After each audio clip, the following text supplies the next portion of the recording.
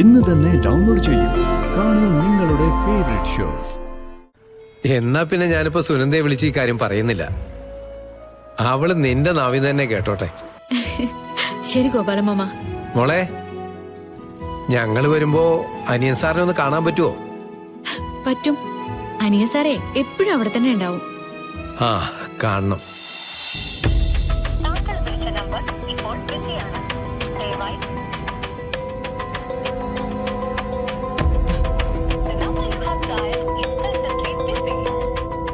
ഇതാരെ നീ വിളിക്കുന്നേ? നവീനോട് ക്ഷേത്രത്തിലേക്ക് പോകുന്ന കാര്യം പറയാന്ന് വിചാരിച്ചിട്ടാ. കേൾക്കുമ്പോ ഒന്ന് സന്തോഷാവല്ലോ. നാഗദൈവങ്ങളുടെ മുന്നിലേക്ക് പോകുന്നതാണല്ലോ കളരിക്കൽ വീട്ടുകാരുടെ ഏറ്റവും വലിയ സന്തോഷം. അങ്ങനൊന്നും പറയണ്ട. മനസ്സർപ്പിച്ച് ഒരു വഴിപാട് ചെയ്യാനായിട്ട് പോവല്ലേ.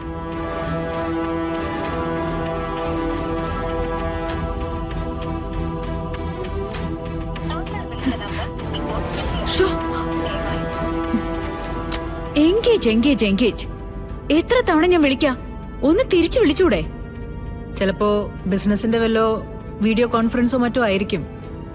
ഒരു കോൺഫറൻസും ഇല്ല. അവളെ വിളിച്ചോണ്ടിരിക്കായിരിക്കും ആ കൃഷ്ണേ. ഗാതമ്മയുടെ എന്തായി പറയുന്നേ? അങ്ങനെ രണ്ടുപേരുണ്ടെന്ന് നവീൻ അറിയോ? നവീന്റെ മനസ്സിൽ എന്താണെന്ന് സെനിച്ചേച്ചിക്ക് അറിയോ? അറിയില്ലെങ്കിൽ മിണ്ടാതിരിക്കണം. എന്താ മോളെ ഇത്? നവീൻ അവൻ ഇഷ്ടമുള്ളപ്പോ വിളിക്കട്ടെ. അതുവരെ ഒന്ന് അടങ്ങിയിരിക്കും.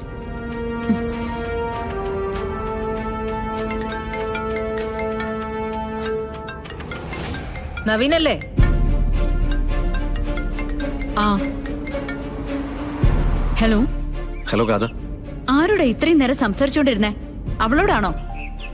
ആരോട്? ആരെത്താൻ അവളെന്ന് ഉദ്ദേശിച്ചേ? പിന്നെ ഇത്രയും നേരം കോള് തിരിച്ചു വിളിക്കാതിരിക്കുമ്പോ ദേഷ്യം വരില്ലേ? ദേഷ്യം വന്ന വായിൽ തോന്നിയതൊക്കെ വിളിച്ചു പറയോ? അല്ല, ഇങ്ങനൊരു സ്വഭാവം തനിക്കുണ്ടായിരുന്നില്ലല്ലോ. ഇപ്പൊ എന്താ സംശയം കൂടി തുടങ്ങിയ? എങ്കിൽ ബെസ്റ്റ് ആയിരിക്കും. കള്ളു കുടിച്ച കുരങ്ങനെ തേള് കുത്തിന്ന് കേട്ടിട്ടില്ലേ? അതുപോലെ ഉണ്ടാവും. എന്നെ കുറിച്ച് കുറ്റം പറയാൻ തുടങ്ങുമ്പോ ഉദാഹരണത്തിന് ഒരു പഞ്ഞും ഉണ്ടാവില്ല.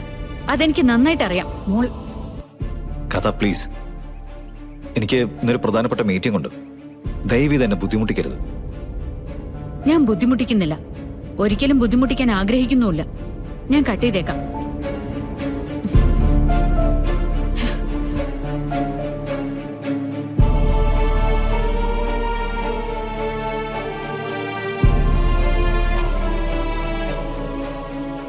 ഒരു ചേഞ്ചും ഇല്ല.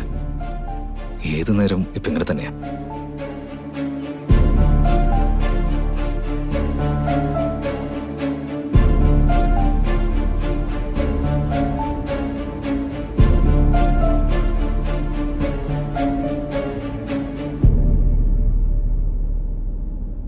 നവീൻ വിളിക്കുമ്പോ ഇങ്ങനെ പെരുമാറാനാണോ ഞാൻ പറഞ്ഞത്? സോറി.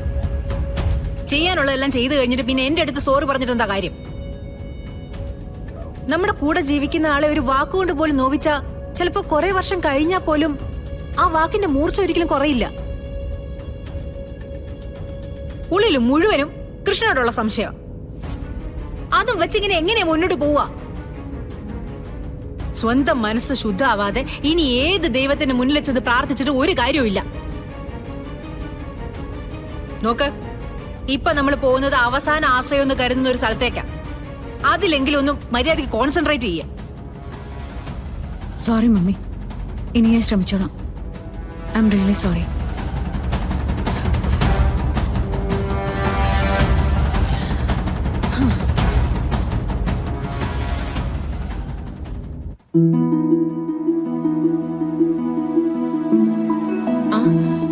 ലോട്ടറി കട തുടങ്ങുന്ന കാര്യം നീ ദുബായ് മാമനെ വിളിച്ചറിയിച്ചിരുന്നോ? അയ്യോ ഇല്ല, ഞാനത് മറന്നു.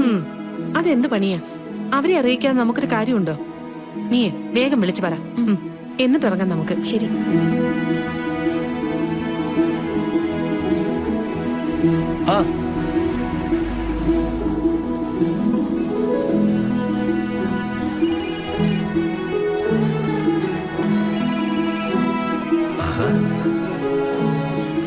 ഹലോ കൃഷ്ണമോളെ, എന്തൊക്കെയുണ്ട് വിശേഷങ്ങൾ? സുഖായിരിക്കുന്നു ദുബായ് മാമ. ഞാനും അമ്മയും കൂടി അമ്പലത്തിലേക്ക് പോവാൻ പോവാ. ഓ അവിടെ ചെന്നിട്ടേ ഒരു പ്രത്യേക കാര്യമുണ്ട്. എന്താ? ഞങ്ങൾ പോകുന്നത് ഒരു മുഹൂർത്തം കുറിപ്പിക്കാനാ. മുഹൂർത്തം കുറിപ്പിക്കാനോ? എന്തിന്? അതെ, അമ്മ ഇവിടെ നല്ലൊരു ചെറുപ്പക്കാരനെ കണ്ടുവച്ചു. പെട്ടെന്ന് തന്നെ എന്റെ കല്യാണം നടത്താനുള്ള തീരുമാനാ. അതിനുള്ള മുഹൂർത്ത എടുക്കുന്നേ. ഹാ, എന്തൊക്കെയാ മോളെ പറയുന്നേ? അതെങ്ങനെ വേറൊരു വിവാഹം നടക്കുന്നേ? തങ്കമില്ലേ അടുത്ത്? തങ്കത്തിനോട് 4 വർത്താനം പറഞ്ഞിട്ടേ ഉള്ളൂ. മോളാ ഫോൺ അങ്ങോട്ട് കൊടുത്തേ. അമ്മയെ വഴക്കൊന്നും പറയണ്ട.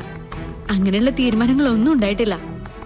മുഹൂർത്തം നോക്കുന്നു എന്ന് പറഞ്ഞത് സത്യ. അത് എന്തിനാണെന്ന് ചോദിക്ക്. എന്തിനാ? ദുബായ് മാമന്റെ ഈ ലോട്ടറി ശിഷ്യ ഒരു ലോട്ടറി കടയുടെ ഉടമയാവാൻ പോവാ. ഏ ആണോ? അത് കൊള്ളാലോ മോളെ. അമ്മ കഴിഞ്ഞ പിന്നെ ഈ സന്തോഷം പങ്കുവെക്കാൻ എനിക്ക് ഗോപാലമാമനും സുനന്ദേച്ചിയല്ലേ ഉള്ളൂ. ഒക്കെ ഞാൻ പറഞ്ഞിട്ടേ അനിയസാർ ഏർപ്പാടാക്കി തന്നതാ. അനിയസാറിന്റെ ബിൽഡിങ്ങില് അനിയസാർ ഇട്ടു തന്ന കടയാ. നന്നായി മോളെ. അത്രയും ദൂരത്ത് ആരെങ്കിലും നിങ്ങളെ സഹായിക്കാനുണ്ടാവോ എന്നുള്ള ടെൻഷനിലായിരുന്നു ഞങ്ങൾ രണ്ടുപേരും. ഇതിപ്പോ വെറും ഒരു സന്തോഷമൊന്നുമല്ലല്ലോ. ഒരു ലോട്ടറി കടയുടെ മുതലാളി എന്ന് പറയുന്നത് അത് നിസ്സാര കാര്യമല്ല വേണേ. ഇത്രയും കാലം ലോട്ടറിയും കൊണ്ട് നടന്നിട്ട് ഈ ദുബായ് മാമനെ കൊണ്ട് ചിന്തിക്കാൻ പോലും പറ്റാത്ത കാര്യ. നാളെ കട ഉദ്ഘാടനം ചെയ്യുന്ന ഗോപാലമാമനെ ഒരു കാര്യം ചെയ്യ്. നേരെ വീട്ടിലേക്ക് ചെന്നിട്ട് സുനന്ദേച്ചിയും മോളെയും കൂട്ടി കൃത്യമായിട്ട് ഇവിടെ എത്തണം. ഓ അയ്യോ മോളെ, അതിനൊരു പ്രശ്നമുണ്ടല്ലോ. എന്തുപറ്റി? നാളെ മോളുടെ സ്കൂളില് അച്ഛനും അമ്മയും ചെല്ലണമെന്ന് പറഞ്ഞിരിക്കുക. ചെല്ലണമെന്ന് നിർബന്ധമായി പറഞ്ഞപ്പോ ഞങ്ങൾ ചെല്ലാന്നും പറഞ്ഞു. ഛേ, ഒന്ന് നേരത്തെ അറിഞ്ഞിരുന്നെങ്കിൽ. അതിന് അനിയൻ സാർ ഇപ്പഴല്ലേ എന്നോട് കാര്യം പറഞ്ഞ. ആ പോട്ടെ. നാളെ വരാൻ പറ്റിയില്ലെങ്കിലും മാമനും സുനന്ദേച്ചിയും അധികം വൈകാതെ അങ്ങോട്ട് വരുന്നുണ്ട്. എന്റെ മോള് മുതലാളിയായിരിക്കുന്നത് എനിക്കൊന്ന് കാണണ്ടേ? അപ്പൊ മുഹൂർത്തം കുറിക്കുന്നതിന് മുൻപേ മാമന്റെ കാലുതൊട്ട് അനുഗ്രഹം വാങ്ങിക്കാം. നന്നായി വരുമോളെ. നിന്റെ കഷ്ടപ്പാടുകളൊക്കെ മാറും. നീയും നിന്റെ അമ്മ അനുഭവിച്ച വേദനകളൊക്കെ നിങ്ങളെ വിട്ടു പോകും. അങ്ങനെ ഒരു ദിവസാ മാമൻ കാത്തിരിക്കുന്നത്. എന്നാ പിന്നെ ഞങ്ങൾ അമ്പലത്തിലേക്ക് പോട്ടെ. അമ്പലത്തിൽ പോയി വന്നിട്ട് സുനന്ദേച്ചി ഞാൻ വിളിക്കുന്നുണ്ട്. ആണോ? എന്നാ പിന്നെ ഞാനിപ്പോ സുനന്ദയെ വിളിച്ച് ഈ കാര്യം പറയുന്നില്ല. അവള് നിന്റെ നാവിൽ തന്നെ കേട്ടോട്ടെ. ശരി ഗോപാലമാമ. മോളെ, ഞങ്ങള് വരുമ്പോ അനിയൻ സാറിനെ ഒന്ന് കാണാൻ പറ്റുമോ? പറ്റും. അനിയൻ സാറേ എപ്പോഴും അവിടെ തന്നെ ഉണ്ടാവും. ആ, കാണണം. കൃഷ്ണ